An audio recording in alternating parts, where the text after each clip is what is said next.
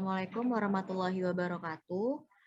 Perkenalkan, nama saya Ngorok Tafeni Putri dan rekan saya bernama Muhammad Lutfi. Kami dari kelompok 10 Program Studi Teknik Sipil Universitas Mercu Buana. Kami akan mempresentasikan mengenai paper kami yang berjudul Perencanaan Jalan Raya Kecamatan Kejayan, Kecamatan Pasparan, Kabupaten Pasuruan, Jawa Timur, untuk memenuhi tugas besar perencanaan geometri jalan oleh Bapak Andri Irfan Rifai.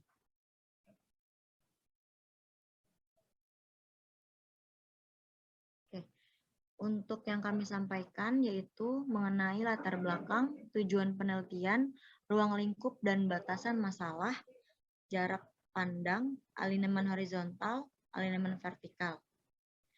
Ada juga tentang metodologi penelitian, analisa dan pembahasan, kesimpulan, serta saran. Perencanaan jalan penghubung antara Kecamatan Kejayan dengan Kecamatan Pasparan berlokasi di Kabupaten Pasuruan. Jalan merupakan prasarana yang memiliki peranan penting dalam kemajuan pelayanan barang dan jasa, serta menghubungkan suatu daerah dengan daerah lainnya untuk meningkatkan kebutuhan masyarakat. Mengingat daerah tersebut termasuk kawasan agrobisnis dan pariwisata. Untuk merencanakan bentuk geometrik jalan sesuai kelas dan fungsinya, yaitu jalan dalam kota raya sekunder, guna menghasilkan geometrik jalan yang memberikan kelancaran, keamanan, dan kenyamanan bagi pemakai jalan tersebut.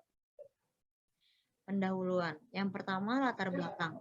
Dalam perencanaan geometrik jalan, perlu diperhatikan kondisi topografi dan lingkungan sekitar agar dapat memberikan perencanaan secara ekonomis dan memberikan pelayanan secara optimal dan efisien.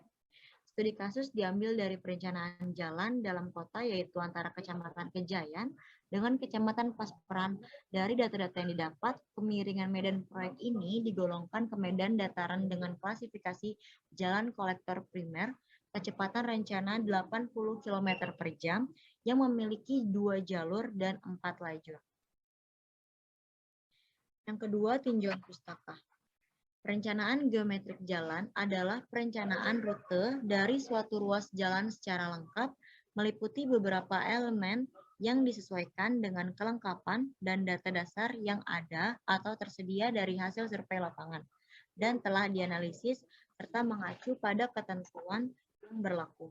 Perencanaan geometrik jalan juga merupakan bagian dari perencanaan jalan dititik beratkan pada perencanaan bentuk fisik sehingga dapat memenuhi fungsi dasar dari jalan, yaitu memberikan pelayanan yang optimal pada arus lalu lintas.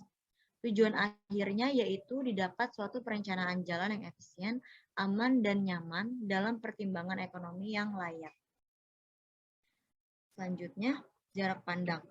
Jarak pandang adalah panjang bagian jalan di depan kendaraan yang masih dapat dilihat dengan jelas yang diukur dari titik kedudukan pengendara tersebut dan harus ditentukan oleh desainer dalam batas yang cukup sehingga pengendara masih dalam batas toleransi pengendalian kendaraan agar terhindar dari timbulnya kecelakaan. Nah, jarak pandang sendiri dapat dipengaruhi oleh 3 faktor penting, yaitu yang pertama, waktu PIF, yaitu perception time, intellection process, emotion process, dan collision. Yang kedua, waktu untuk menghindari keadaan bahaya. Yang ketiga, kecepatan kendaraan. Selanjutnya yaitu ada alinemen horizontal. Alinemen horizontal atau trace as, suatu jalan adalah garis proyeksi sumbu jalan tegak lurus pada bidang peta. Trace as jalan yang tertera dalam bidang kertas gambar biasanya disebut dengan gambar situasi jalan, secara umum menunjukkan arah dari jalan yang bersangkutan. Nah, untuk jenis-jenis tikungan pada alinemen horizontal, yang pertama ada full circle,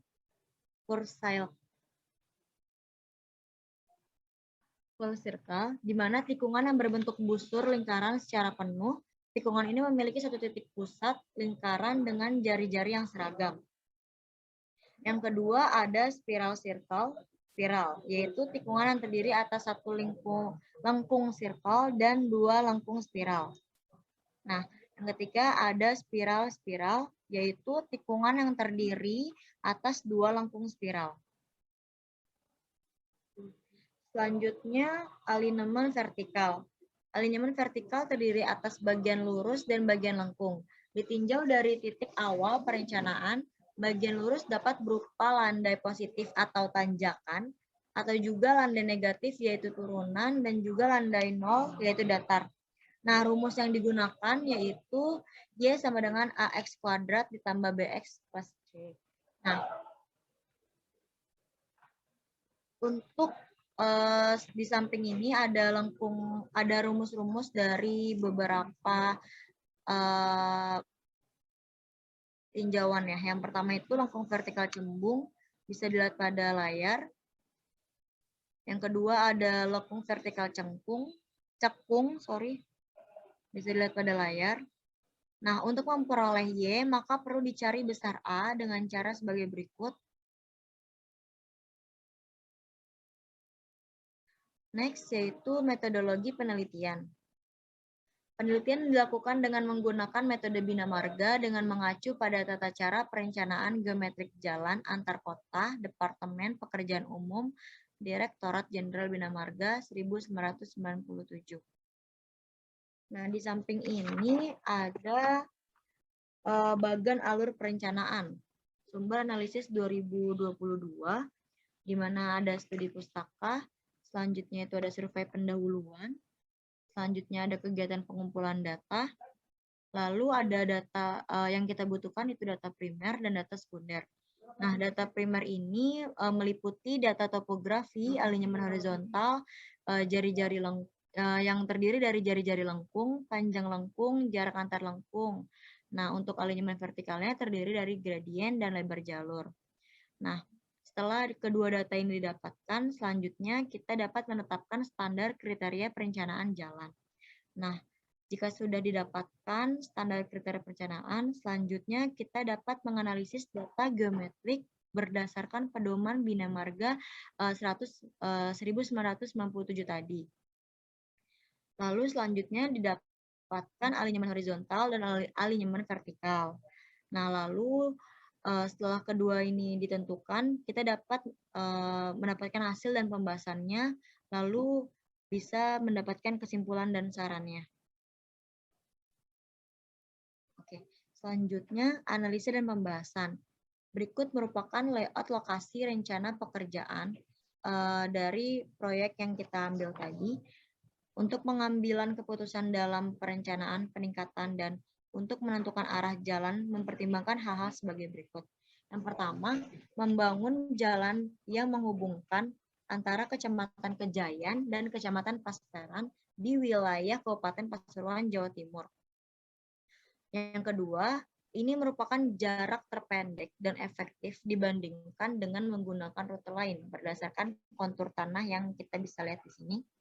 Lalu yang ketiga, jalan raya ini digunakan untuk meningkatkan potensi daerah dan kawasan sekitar dalam bidang pariwisata dan ekonomi kecil menengah. Selanjutnya, berdasarkan perencanaan, jalan yang akan dibangun merupakan fungsi jalan kolektor dengan sistem jaringan jalan primer dan kelas jalan 2A. Nah, jalan kolektor primer adalah jalan yang menghubungkan kota jenjang kedua dengan kota jenjang kedua atau menghubungkan kota jenjang kedua dengan kota jenjang ketiga. Nah, selain itu, klasifikasi lainnya adalah yang pertama, ada jalan dalam kota, jalan raya sekunder, jalan 4 lajur 2 arah terbagi, lebar jalan 3,50 meter per lajur, kecepatan rencana yaitu 80 km per jam, dan juga panjang geometrik jalan adalah 2,566 km. Oke, nah berikut ini gambar dari layout lokasi rencana pekerjaan jalan. Selanjutnya akan dilanjutkan oleh rekan saya, Muhammad Lutfi. Selanjutnya saya akan merencanakan membacakan hasil dari perencanaan geometrik, di mana perencanaan geometrik ini terdiri dari dua, yaitu perhitungan lengkung horizontal dan vertikal. Yang pertama yaitu perhitungan lengkung horizontal, di mana pertama itu kita akan masuk ke perhitungan spiral-spiral atau tikungan satu ini, di mana dalam menentukan tikungan spiral-spiral ini, pertama harus diketahui, seperti kita ketahui adalah elevasi maksimum, di sini 8% dan kemiringan perkerasan sekarang didapat 2%. Selanjutnya ditetapkan jari-jari minimum dan rencana, di mana jari-jari minimum yang didapatkan yaitu 229,06 atau dibulatkan jari-jari minimum menjadi 230 meter. Selanjutnya, menentukan derajat kelengkungan dan super elevasi. Di sini D-nya itu didapat 6,228, sedangkan untuk D atau D max-nya itu 6,253. Dan super elevasinya didapat 8%. Dilanjutkan dengan menentukan parameter lengkung, di mana terdapat peta S yaitu 15 derajat, L-nya itu didapat 243,608, XK-nya 120,950 meter, YC-nya itu 10,751 meter, P-nya 2,735 meter, K-nya itu 60,757 meter, dan TS-nya itu didapat 123,865, ES yaitu 11,139 meter. Selanjutnya kita juga harus menentukan pelebaran di tikungan. Dapatkan B aksen ini didapat 0,554, TD-nya didapatkan 0,03495 meter, B-nya itu 13,782 meter, di mana tandanya pelebaran di tikungan ini tidak diperlukan, jadi cukup dengan lebar seperti ini dengan 13,782. Selanjutnya itu terakhir menentukan kebebasan samping di tikungan dengan syarat JPH dengan kecepatan 80 km per jam, didapatkan JPH 115 meter dengan L 243,609, maka syaratnya yaitu dipakai M yaitu 7,157 meter. Berikut adalah gambar dari tikungan 1 SC.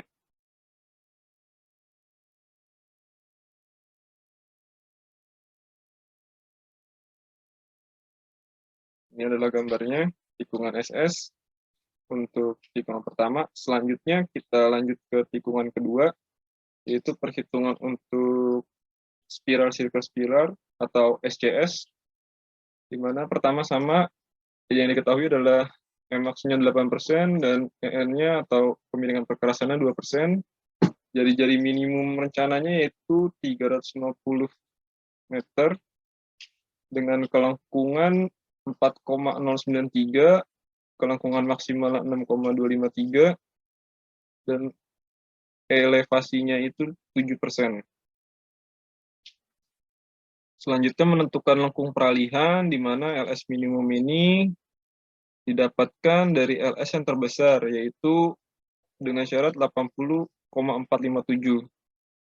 Selanjutnya dilanjutkan dengan menentukan parameter lengkung, seperti tadi, di sini ada theta S sebesar 6,586 derajat, theta C ada 11,979 derajat. Nah, ini tandanya memenuhi syarat, di mana 11 itu lebih besar daripada 3 derajat, dan TC-nya itu sebesar 232,007 meter. Selanjutnya itu kita menentukan lengkung peralihan fiktif, di mana B didapatkan 7 meter, dan M 1/200 ini didapatkan dari tabel, dan LS fiktif didapatkan dari perhitungan yaitu 69,789 meter. Sedangkan untuk LS di luar lengkung didapatkan 46,53, dan LS atau lengkung fiktif ini didapatkan di dalam lengkung sebesar 23,26 meter. Selanjutnya, kita akan menentukan pelebaran di tikungan, di mana B aksennya didapatkan 0,253, TD-nya itu 0,007309, B-nya itu didapat 13,143, di mana lebih kecil dari B yang disyaratkan. Jadi tidak perlu ada perlebaran di tikungan. Dan selanjutnya adalah menentukan kebebasan sampingan di tikungan, dapatkan JPS 115, L-nya itu didapatkan 457,079, dan S daripada L itu 2,997 derajat, sedangkan M-nya itu didapat 1,504 meter. Berikut adalah gambar tikungan 3-nya, FC. Oke, bisa dilanjut. Selanjutnya kita masuk ke perhitungan untuk lengkung vertikal, di mana lengkung vertikal ini sudah kita tetapkan dari elevasi yang sudah ada, dan didapatkan yaitu pertama perhitungan untuk lengkung satu cekung. Dari menentukan lengkung cekung ini terdapat beberapa faktor itu yang harus ditentukan, seperti menentukan panjang lengkung vertikal.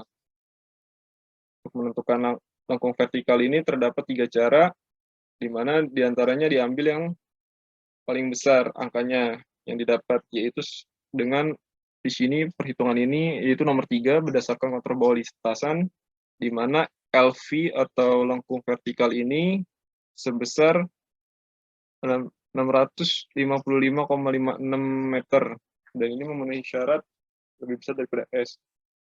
Selanjutnya menentukan STA dan tinggi elevasi. Ini ada STA dan elevasi di titik potong kelandaian atau PPF, di mana STA PPF sama dengan itu STA 0 plus 600 meter, sedangkan elevasi PPF-nya yaitu di kurang lebih 18,3, sedangkan untuk STA dan elevasi awal lengkung atau PLV yaitu STA PLV 0 plus 600 dikurang 30/2 sama dengan STA 0 plus 585 meter. Sedangkan elevasi PLV yaitu didapat 18,3 meter. Selanjutnya STA dan elevasi akhir lengkung PTV didapat itu STA PTV yaitu STA 0 plus 615 meter, sedangkan elevasi PTV-nya itu didapat plus 18,57.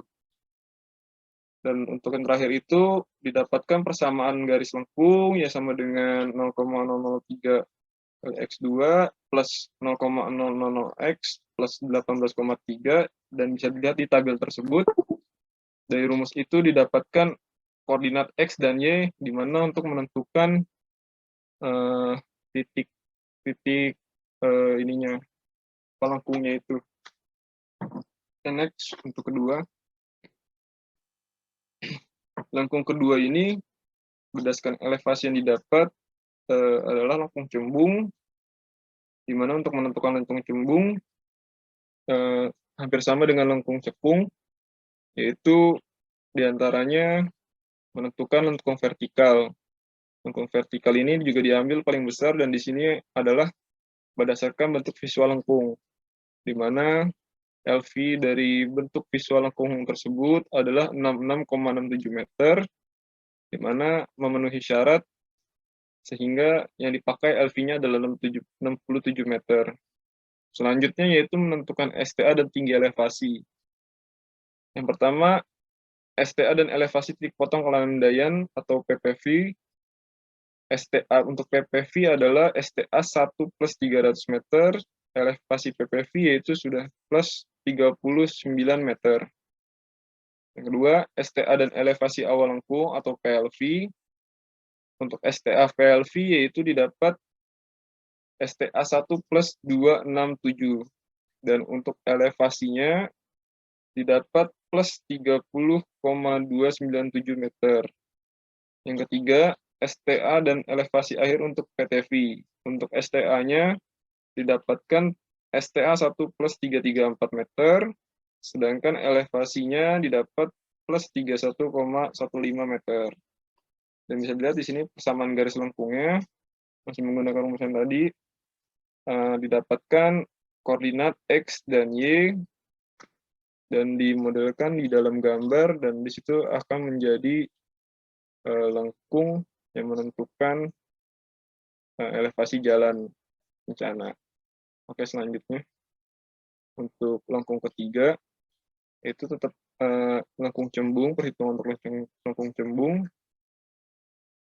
di mana untuk LV di sini dipakai sama masih untuk 67 meter, sedangkan STA-nya itu juga bisa dilihat di sini ada PPV-nya itu STA 2 plus 00, sedangkan elevasi PPV 36126 meter. STA dan elevasi awal lengkung atau PLV-nya itu didapat STA 1 plus 966,5 dan elevasi PLV-nya 35,875. Yang ketiga, STA dan elevasi akhir lengkung PTV didapatkan STA 2 plus 003,5 dan elevasi PTV yaitu plus 35,996 meter. Nah, di sini bisa dilihat persamaan garis lengkungnya, tabelnya, dan plotting di gambar potongannya, elevasinya untuk lengkung 3 cembung ini. Next. Kesimpulannya adalah pada perencanaan jalan raya dalam kota yang menghubungkan Kecamatan Kejayan dengan Kecamatan Pasperan, Kabupaten Pasuruan, Jawa Timur, didapatkan perhitungan perencanaan yang mengacu pada ketentuan yang berlaku. Dengan hasil sebagai berikut, panjang jalan total yaitu 2.566 km, di mana dari panjang tersebut terdapat alimen horizontal dan alimen vertikal, yang masing-masing itu adalah horizontal ada 3 buah, yaitu lengkung spiral-spiral, lengkung spiral circle spiral, dan lengkung full circle. Selanjutnya untuk alimen vertikal itu ada 3 buah, di mana yang pertama itu lengkung cekung, cembung, dan cembung. Dari perhitungan yang telah kami jabarkan, kami menyarankan yaitu dalam merencanakan jalan, sangat penting untuk mengikuti ketentuan yang berlaku mengenai jalan, agar jalan yang dibuat dapat memberikan kenyamanan bagi pengguna jalan itu sendiri. Dan mengenai saran yang dapat berencana sampaikan terkait kesimpulan dibuat adalah sebagai berikut. Pada saat perencanaan alimen vertikal harus memperhatikan benar-benar volume galian agar mempermudah pada saat membuang tanah, dan volume timbunan agar mempermudah pada saat pendatangan tanah digunakan untuk timbunan. Dan perencanaan jalan sebaiknya memperhatikan kesejahteraan warga sekitar dan tidak menyebabkan kerugian bagi warga sekitar. Setiap perencanaan sebaiknya selalu memperhatikan segi kenyamanan untuk pengemudi. Mungkin hanya itu yang dapat kami sampaikan untuk materi perencanaan jalan raya dalam kota yang menghubungkan Kecamatan Kejayan dan Pasperan. Kurang lebihnya mohon maaf. Wabillahi taufiq wal hidayah. Wassalamualaikum warahmatullahi wabarakatuh.